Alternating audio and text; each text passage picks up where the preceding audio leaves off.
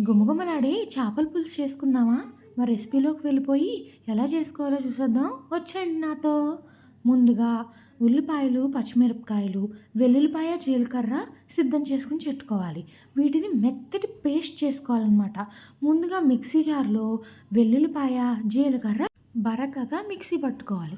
తర్వాత అందులో పచ్చిమిరపకాయలు వేసి మళ్ళీ ఒకసారి బరకగా మిక్సీ పట్టుకోవాలి. ఇప్పుడు అందులో ఉల్లిపాయలు వేసి ఆపుతూ అవసరమైతే కొన్ని నీళ్లు కూడా వేసుకుని మిక్సీ పట్టుకోవాలి. ఈ పేస్ట్‌ని పక్కన పెట్టుకుని చింతపండు నానబెట్టుకుని పెట్టుకోవాలి. ఉప్పు, పసుపు, కారం పక్కన పెట్టుకోవాలి. బెండకాయలు, కొత్తిమీరను కూడా కట్ చేసుకొని పెట్టుకోవాలి. ఇప్పుడు బాగా వాష్ చేసిన చేప ముక్కల్ని తీసుకుని అందులో ఇందాక కట్ చేసి పెట్టుకున్న ఇంగ్రీడియంట్స్ అన్నీ కూడా వేసుకోవాలి. వేసుకున్న తర్వాత ముక్కలకి అంతటికి బాగా పట్టేలా కలుపుకోవాలి. ఈ సెగ్మెంట్లోనే ఈ చేపల పులుసుకి టేస్ట్ వస్తుందండి. పైన చూపించినట్టుగా ముక్కలన్నిటికి బాగా పట్టేలా కలుపుకున్న తర్వాత ఆయిల్ యాడ్ చేసుకుని బాగా మిక్స్ చేసుకోవాలి.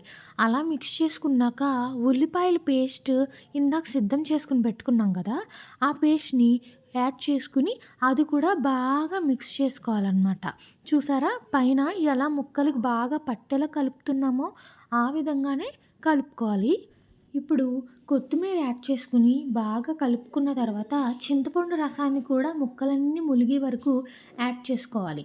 ఈ స్టేజ్‌లో ఉప్పుని, కారాన్ని కూడా మనం సరిచేసేసుకొని బాగా పక్కన మూత పెట్టేసుకోవడమే. ఒక 15 నిమిషాల వరకు మూత పెట్టుకొని పక్కన పెట్టుకుంటే కంప్లీట్‌గా మ్యాగ్నేట్ అయిపోతుంది.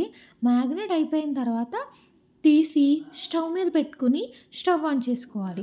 స్టవ్ ఆన్ చేసుకున్నాక ఆ గరిటెతో మాత్రం ఎట్టి పరిస్థితుల్లోని కలిపేయకూడదండి. ఎందుకంటే ముక్కంతా విడిపోయి చెడిపోతుంది.